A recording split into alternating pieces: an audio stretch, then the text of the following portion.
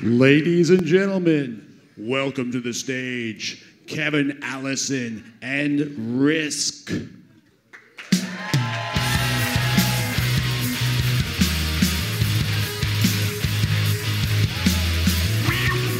Hello! Howdy, everyone. Thank you. Thanks so much for coming. Wow, what an amazing crowd. What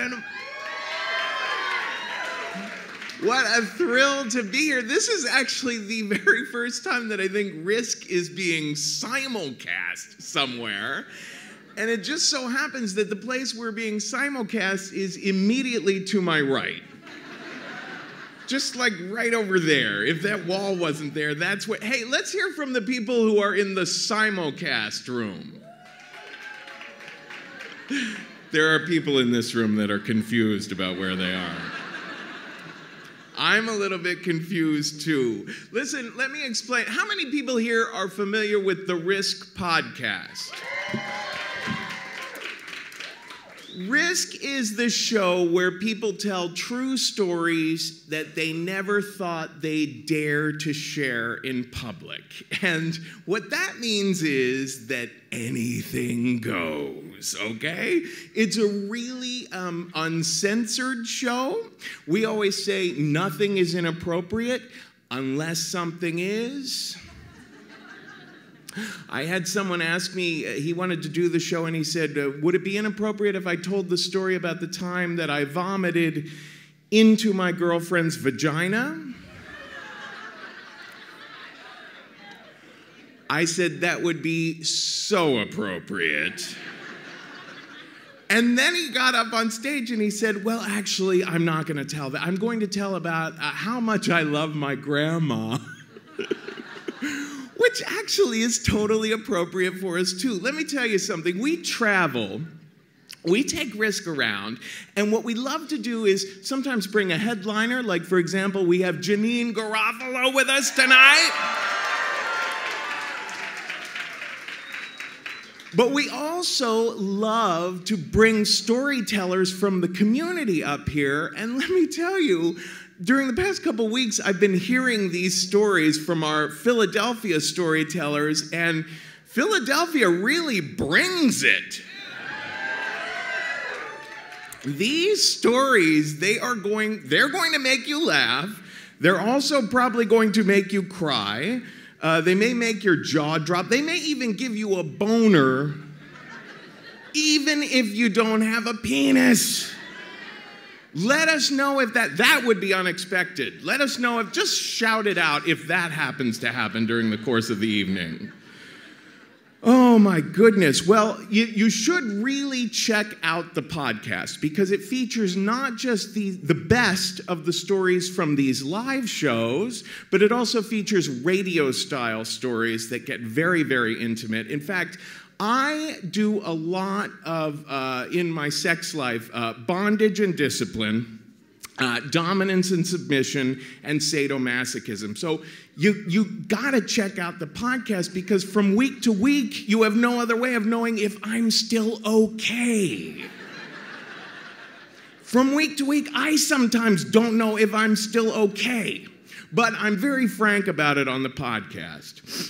Now tonight, our theme is thanks. So these are stories about gratitude. Some of the stories have big thanks, some of them have little thanks, and some of them are about people saying, no thanks. But, you know, in my own stories, one thing I've become aware of recently is the fact that, especially when I'm telling stories about stuff that happened way back when in my childhood, I will sometimes forget about how, like, one character was really there for me. You know, one person was really, like, had my back and is an important part of the turning point in the story. We sometimes forget that, you know, we've come to where we are because of other people.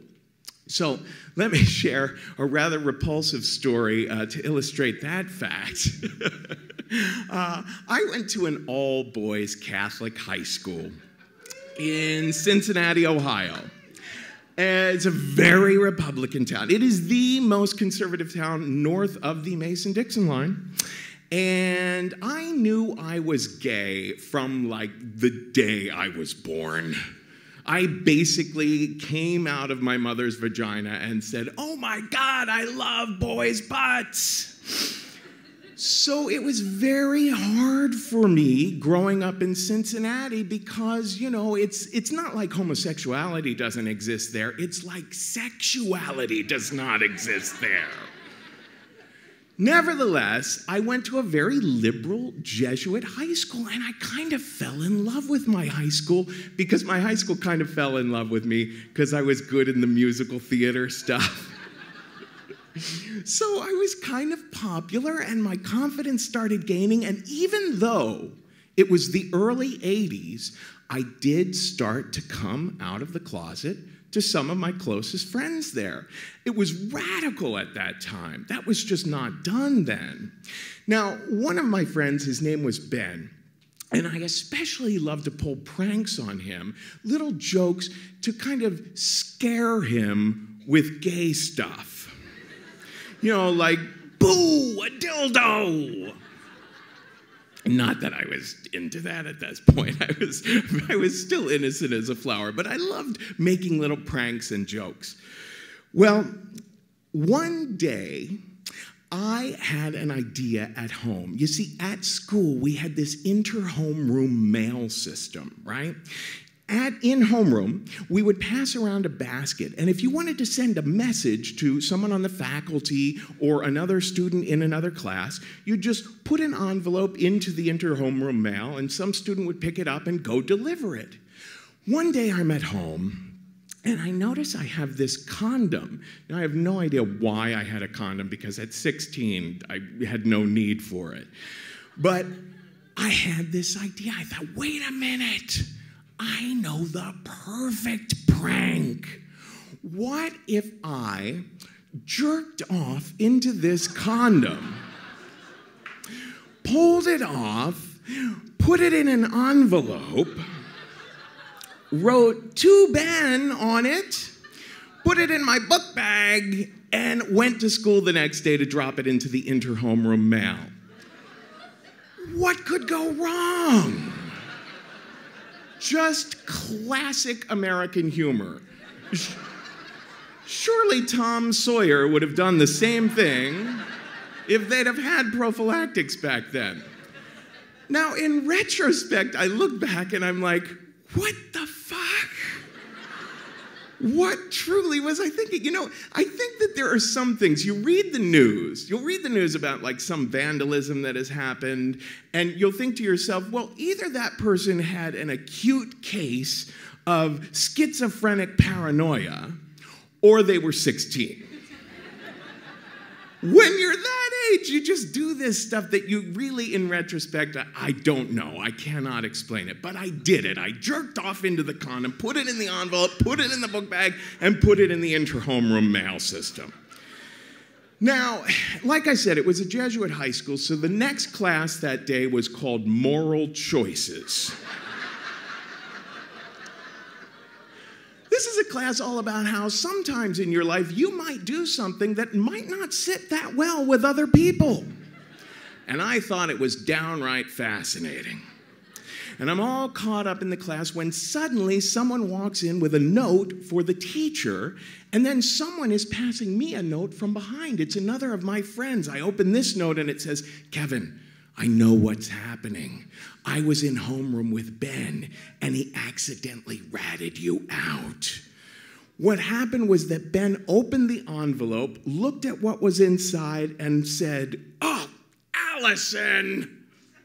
And so the teacher immediately knew what was going on and sent it to the vice principal in charge of discipline. So I'm sitting there realizing what's happening, and the teacher calls me and he says, "You've got to go to the vice principal's office." And I am numb, okay? I am on pins and needles. I am thinking, wait a minute here. I've done the kind of thing that could get someone expelled. I did something fucked up for the sake of doing something fucked up. And now I am terrified of a figure of authority looking into my eyes and saying, "You're fucked up." Well, let me tell you about Mr. Mayor. He was this little bald guy with a real Napoleonic complex who was really angry all of the time, and he was the baseball coach there at the high school. So he would get on the PA regularly, the PA system, and announce to all the students that something was going wrong and it had to be disciplined, and he'd always say, you know, "Are you on my team or are you not on my team? You want to play hardball? I'll play hardball. You do not want to play hardball." He loved the word hardball. Now, I had never exchanged a word with this man. I was terrified of him. And here I was about to have a very intimate conversation with him. So I walk into his office, and as I'm walking in, I realize, "Kevin, your face is totally pale right now. Kevin, your lips are chattering right now. It couldn't be more obvious that you are guilty." But I sit down, and then I notice he looks rather shaken up too. He's a little ashen-faced himself. And he just says, "Allison, did you do this?" And he pushes the envelope across the table to me. And I pick it up and open it up and take a look inside, and I just said, "Oh, no. I can't imagine what this even is." And he just stared at me for a while. And he finally said, "Okay then." And he dropped it in the wastebasket. And I got up and I walked out and I was totally bewildered. I thought to myself, that had to have been so obvious that I was guilty. But he seemed to have just let me go. Can it be that he couldn't see what was right in front of his face? Well, years later, I had lunch with another member of the faculty, the director of the musical theater program. And she said to me, "You know what? Mr. Mayor just died." I said, "Oh, no, that's a shame." She said, "Yeah, but there's more to it. He was in the closet all those years." I said, "Mr. Mayor?" She said, "Yeah. And another thing, he absolutely adored your performance in our production of Godspell." I said, "Really?" She said, "Yeah, but there's more." She said, "He heard through the grapevine that you had slowly started coming out of the closet to some of your friends and some teachers at school. And he was amazed by that. He was so impressed with you and thought the world of you." And it was at that moment that I realized he knew I was responsible for what was in that envelope. But we were teammates. So he took one for the team.